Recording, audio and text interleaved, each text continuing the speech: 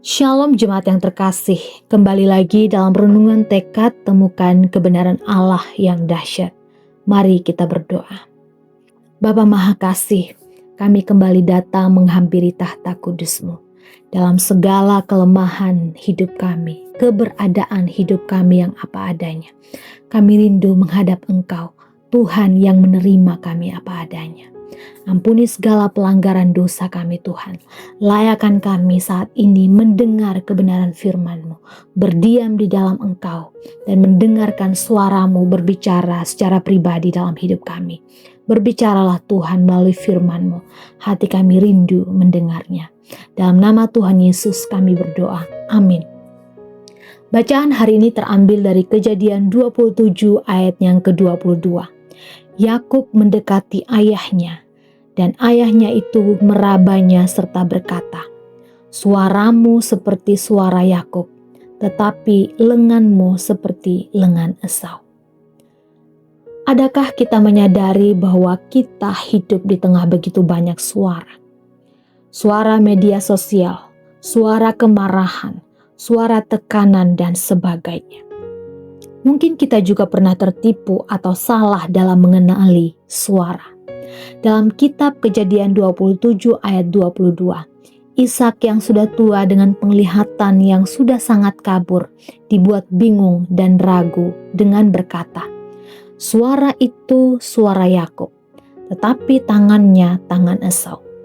Ayat ini muncul saat mengisahkan Yakub yang menyamar sebagai Esau untuk mendapatkan berkat kesulungan dari ayahnya Ishak.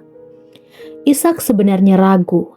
Ia mendengar sesuatu yang tidak cocok dengan tubuh yang dikenalnya.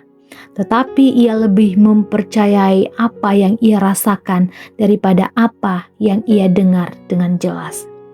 Disinilah kita belajar bahwa ketika keraguan muncul, Tuhan sedang memberi peringatan.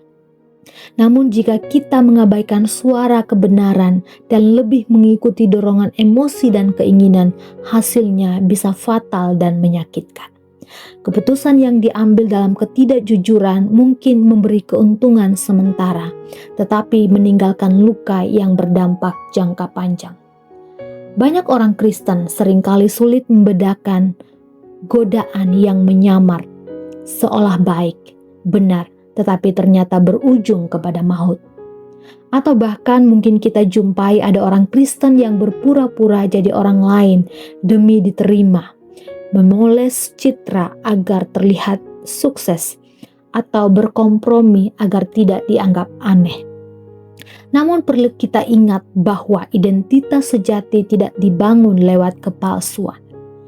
Renungan kita hari ini mengajak kita untuk mengenali suaranya dengan benar, peka terhadap suara Tuhan, dan jujur terhadap diri sendiri.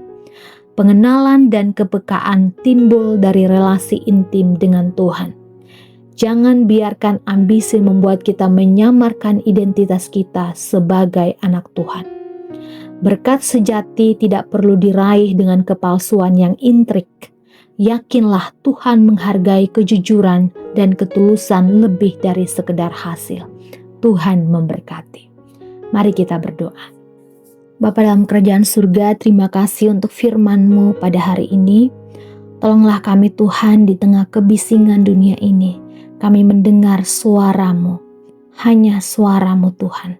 Sehingga kami dapat fokus, dapat mengenali Engkau. Terlebih lagi membangun relasi yang intim dengan-Mu Tuhan.